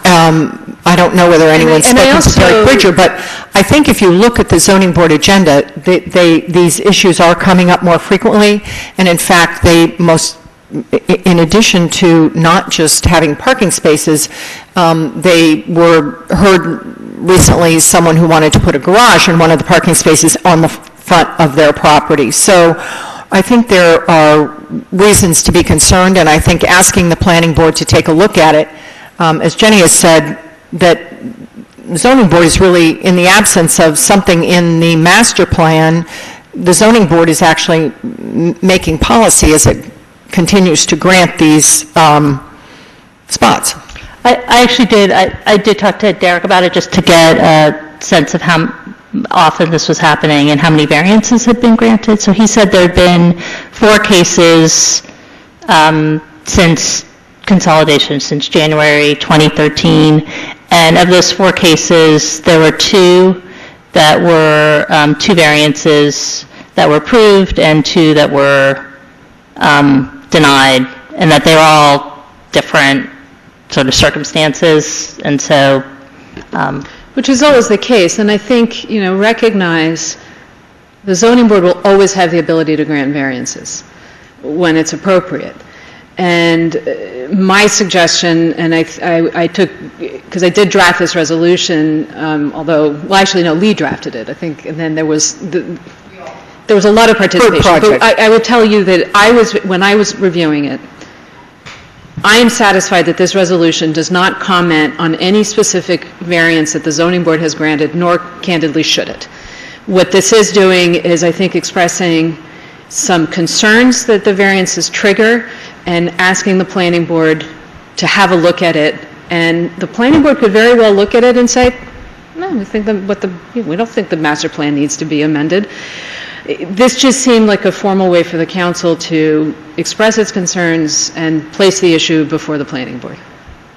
Yeah, I would like to comment that I think the concerns are well-founded because historically, as I understand it, variances of this sort were granted for hardship reasons. And in a number of instances that I've heard about anecdotally, the hardship reasons were then exploited in that somebody was given a hardship variance to park in their front yard, and then a little while later, instead of 1 car in the front yard, there appeared 2 and sometimes 3. And I think that it's something that we need to look at very carefully because it can change the streetscape radically, and I would encourage the planning board to take this into consideration. There may be valid reasons for granting a hardship variance to someone, but generally speaking, I think that it is something that has to be examined by the planning board and looked at very carefully and perhaps thought about and perhaps given guidance to the zoning board. Ms. Kremiller and then Ms. Howard. Yeah, I also wanted to speak a little bit about this because I've gotten some comments, one of them implying that, well, I have a big house and a driveway, so who am I to say to people in Princeton that they can't have their own driveway? And I think that we've all been talking about having a walkable community, and the the downtown Princeton does have very limited parking, and in fact, it has a number of properties, I don't know how many, that don't have any parking of their own. And what better way to encourage mass transit than to offer a discount to people who are willing to live with either no cars or only one car? I feel like if we keep moving in this direction of giving more variances for front yard parking, we're actually moving against the trend that we want to be going in, which is encouraging people who are willing to live here with no cars. And I also want to say that when I was first married, my husband and I, we couldn't afford a car. We both rode our bikes to the bus stop and took the bus to work. And we also wanted to live in the downtown. This was in Newark, Delaware. And we just didn't have very much money, and one of the only places we could afford was kind of a really run-down apartment, row house, but it was right in the downtown, and it had no parking. So, and then when we had enough money to buy a car, we moved to a nicer place, but that had a parking spot. So I do think that it's a small incentive, but we take very few actual concrete steps toward creating a walkable community, and I feel like this is one that actually does have consequences and actually does, it takes a small step in, it would take a small step in sending the message that we want a walkable community, and also following our own words, and that we want to create a walkable community and encourage alternative modes of transportation. I move the resolution. Can I since I think I have a minority view here, but I want to explain for the record why I'm going to be a no here. I'm glad to hear that this doesn't tie the hands of the zoning board, because I think the ability to do variances is a really important safety valve and a check on the system. But just two concerns here process-wise. One, I think there is a fairness issue that in the former borough we still have standing an ordinance that requires people to park back of their house, right? Not to park in front of their house, which is what's the analogy here. So you may have a driveway to the side of your house, and then you have to park at least at or behind your house. And walking around my neighborhood this weekend, and actually I even walked on the street in question where this case happened, and dozens of cars parked in front of their house in violation of that ordinance. And I'm not saying that enforcing that ordinance should be a priority, because I don't think it is a law enforcement priority, but I think it's a fairness issue. If we're not going to enforce that I think that raises fairness questions. And I also think maybe we could be better dealing with this when we're harmonizing the on-street parking ordinances and other ordinances, and we could think about this more holistically. Jenny, you and I have talked about, still don't fully understand on-street parking, overnight parking, and those issues, so I think we will have other opportunities, and I do hope, even though I'm a no here, that when we do get to that harmonization, we'll be able to maybe think about it then. Well, go ahead, you haven't spoken. I have a couple of questions. The first is the zoning board allowed to grant temporary variances which are non-transferable based on current resident circumstances? Can you make sure you're speaking right in your mic? Yeah. So you're saying no, they cannot do that? Well, a board can grant a variance for a finite duration, although it's almost never done. You can't make a variance specific to a person. Variances run with the land, so a variance has to relate specifically to a particular condition of that property, but not the user. There are exceptions. Well, so does that also mean that the zoning board cannot enforce preventing abuses of the kind that Council President Miller mentioned? Well, it's really, enforcement is a question that goes over to the zoning officer. So the way, a zoning board would typically address that is just by being as precise as possible about what it's approving. And then after that, it's up to the zoning officer to enforce. So, if you created a spot for one car and then over time it grows to 2 or 3, that's an enforcement issue. That's for the zoning officer. I think the example, if I'm recalling, I'm not sure if Council President Miller said this or if I'm recalling, something that a resident mentioned to me. An example that was mentioned as a form of abuse was somebody who claimed a hardship that they needed a parking space for themselves and then they rented it out. they in fact did not need the parking space for themselves. They wanted the extra income. Well, So- what's interesting is that, I mean, and I can't comment on that situation because I don't know, but I can tell you broadly speaking, and when you're talking about variances, personal hardship is not the hardship that the MLUL talks about. So the zoning board also could not restrict the use to the owner. They and prevent the renting. I feel like we're getting in the weeds here. I'm sorry. This is the first time I'm seeing this issue, so I'm sorry it's coming so late in the meeting. I'm asking not to table it because that would just bring it up later, another meeting. But if we're going to start making policy discussions about parking, I would like to get a little bit more informed on the issue. I do apologize for the hour. I mean, if we feel I don't think we're making policy decisions here. I think we're just referring it to the planning board to take a look at the issue. Well, okay. Well, let me ask a couple of other questions, and you understand why I think it's actually a policy decision we're making. One is, so having asked the question, can Princeton, can the municipal government construct an ordinance which grants front yard parking where it is desired to facilitate allowing a resident to age in place for their use or for the use of their caregivers only? Can we alleviate the problem and avoid the abuses if the municipality ordinances it? And I think we actually did this with a parking spot, if I recall correctly, earlier this year. It was on street, but Yeah, that's a different thing. and Thinking about your well, let me supplement that question. Could it be restricted upon sale of the property or upon unsupported use of the parking privilege? I don't think so, but it's not, I'd have to actually look at it. I can't give you like a clear-cut answer sitting here tonight because there's... But that's a question for an ordinance, not for the master plan, right? Correct. I mean... Right, but I'm trying to understand the issue and our options, all right? I do think your first question, Patrick, I don't think I answered. The variances run with the land, but if you're approving, if for instance the idea of, say, the off-street parking space is for the use of the resident, I do think a zoning board can condition that approval on saying this is to be used only by the occupant of the premises. That would mean you can't, or they could prohibit it being rented out because that becomes a commercial thing.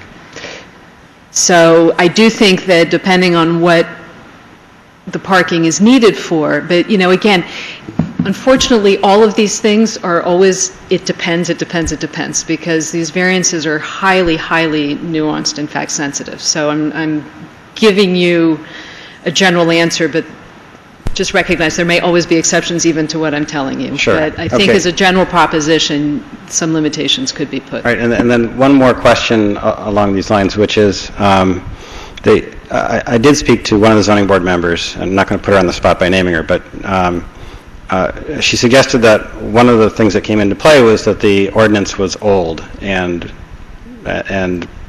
basically might have been considered outdated.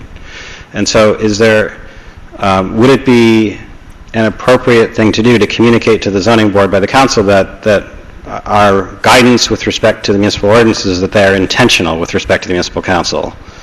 Well, Just because that's we kind haven't of the touched them. presumption, but that's, that is kind of what the law presumes. And I would also say that, we get a annual report from the zoning board chair. Yeah. And that comes written, but I've invited Barry Royce, who's the chair, to come and give a presentation to council so we can talk about some issues. If they're feeling like they're having to grant a lot of variances because one of our ordinances isn't quite working, or if they see a need for certain things, to have that conversation at a council meeting later in the year. And, depending on how that goes, we might want to use that as one of our, or some of our priorities for next year. I worry that this just feels like, they've had 4 cases. It's not like it's a huge amount of what's coming to them. Or, be interesting to hear from Barry, but to dive into an ordinance, it seems like it's, what this resolution is saying is put it to the planning board, and that might be something that they would come back with anyway, because sometimes the land use ordinances start with the planning board as well. But also to your Following on what what the mayor was saying, I'm sorry, I'm being too informal, it's the lateness of the hour. But to your point, I think part of the planning board, if it decides that it is going to put some language in the master plan, I think would be sending exactly the signal that you're talking about. This ordinance, this prohibition on front yard parking may have been around for a while, it's still viable, here are the reasons why it's in place. Right. And then if the planning board has a variance application, it has to address the reasons why that prohibition exists. And there may be individual circumstances where it is perfectly fine to allow the deviation, but it will have, it would have some guidance from the planning board that it would have to address. That's really, I think, what's being envisioned and what, in my opinion, the MLUL actually contemplates happening. Right. If I could, so the practice is prohibited as the ordinance is currently, right, or they wouldn't have needed a variance. Right, and so really we're just providing a second look at this and why we're not changing the ordinance at the moment. I mean, I don't think there's any harmonization of the ordinance. Did you allow front yard parking in the township? I mean, I don't believe so. My understanding. No, so it's not a question that this wouldn't be a harmonization issue. This would be, we'd have to vote to change it.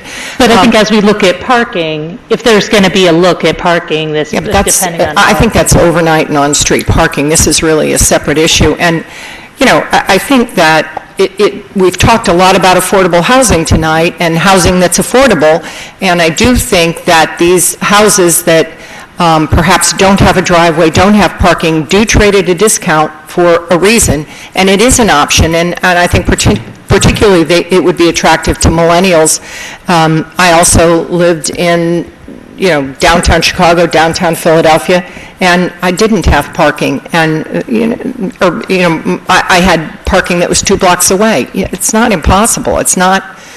People do it all the time. Manhattan, people do it all over. And so I think if we want, for all the reasons that are outlined in the resolution, I think we ought to send this to the planning board. And I don't think that just because everyone doesn't, park back the way they should, I mean, people don't follow the speed limit, but we don't do away with speed limits. I think they're really two separate issues. So has somebody moved this? Yeah, I'd like to move this. Second. Can I ask? Yeah, go ahead. Can I ask a question? Councilwoman Howard has indicated her opposition to this, so I just wanted to ask: is it completely unsalvageable, or if we adjusted it somewhat, would we be able to get a unanimous vote? The thing I'm looking at, which might help, would be to strike the first resolution. No, I mean, I think it's just more fundamental, and I don't want to hold up. I recognize that it's a minority view. I have a different opinion about affordability and the impact on affordable houses, and I think it's just a difference in view, and I'm fine with being in the minority. All right, well then, but thank you for trying. It wasn't really just only to appease you. I have a concern about what we are about how. What we're saying about our community in terms of being senior-friendly and family-friendly for families that have children and for people who need a car for economic reasons. That I would agree with. Thank you. So I have mixed feelings on this, and we'll vote no rather than try to amend it, given the lateness of the hour. Let me just say, though, we have lots of housing options in this community. Certainly in our consolidated community, we have way more than we would have had in simply the former borough. And so I think that if you want a house with a garage and a driveway and 6-car garage, you can go have that. You just can't buy a house that doesn't have it and expect to change it at the expense of your neighbors. But I did confirm with the assessor that there's a definite discount for no driveway. So it's actually working against affordability because you're raising that house above what it previously was. At the expense of your neighbors. All reasonable points. However, in my neighborhood, people also do park in front of their homes. At some of the homes, not in all of them. And also in my neighborhood, the problem of affordability has much less to do with whether there's a driveway or a garage, and much more to do with whether the developer buys a house, a small, affordable house, raises it, and builds one that's twice or three times the size. Well, that's not a reason to oppose this. So That's a whole other issue. Madam Clerk, can you call the roll on this one? Thank you. Ms. Howard? No. Ms. Crum-Miller? Yes. Mr. Miller? Yes. Mr. Liverman? Yes. Ms. Yeah, Butler? yes. Mr. Simon? No. Resolution passes 4-2 with Mr. Simon and Ms. Howard objecting or voting no. All right. We are now on item H, 14-262, award of contract for Belgian block curb repair, LL Quality Construction for $5,200. I'll move that. Second? It's moved by Mr. Simon, seconded by Mr. Miller. All in favor? Aye. Any opposed? Resolution passes unanimously. Next is item I, 14-263, bid award demolition of the Valley Road DPW Garage D&J Mazda Demolition Incorporated for $28,100. I'll move that. Second. It's moved by Ms. Kremler and seconded by Mr. Wait, could I just make a comment? Simon. Yeah. Ms. Butler? I'm happy to support this, but I think to our earlier discussion, it would be, I want to reiterate the interest in seeing how the numbers are progressing with the PFAR's arrangement. I mean, I guess we'd have to tear down this garage anyway at some point, but not maybe right now, and it does appear that it's still being used occasionally for, well, people were parked out there. Right, but I think what Councilman Butler's asking for is could we get sort of a financial report on the municipality's obligation under the agreement? Okay. All in favor of Resolution I? Aye. Any opposed? Okay, resolution passes. I want to skip J for a second. We'll come back. Item K, 14-265, change order, top line construction, improvements to Mercer Road for $111,600. So moved. Second. Moved by Mr. Liverman and seconded by Mr. Miller. Any questions? All in favor? Aye. Aye. Any opposed? Okay, I'm going to turn the meeting over to,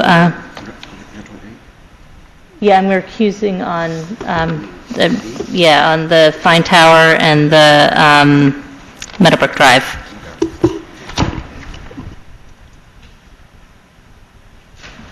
Meadowbrook first, 30? No, let's do Fine Tower Radio Equipment Agreement and I'm also recusing myself. Okay. I'll move the Fine Tower resolution.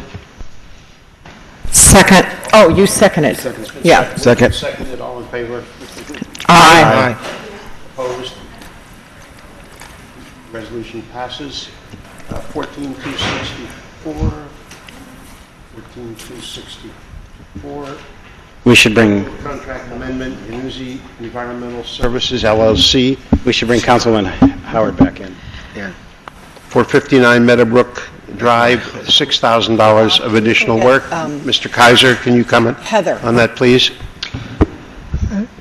Yes, thank you, Council President Miller. Unuzi completed the demolition of this structure, and when they lifted the floor slab, they found that there was asbestos cement pipe under the floor slab. Not a little bit, but 380 feet of this pipe that then discharged into Harry's Brook. So when there was a flooding situation, the water went in reverse right to the floor slab and percolated up through the floor slab. So fortunately, Unuzi had a container here at the hospital site, so they were able to gather it up, bring it over to the container at the hospital site and dispose of it.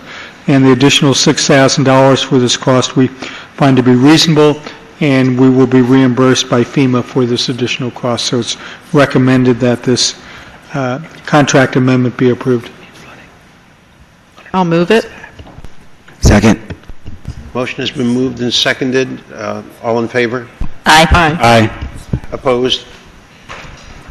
Resolution passes.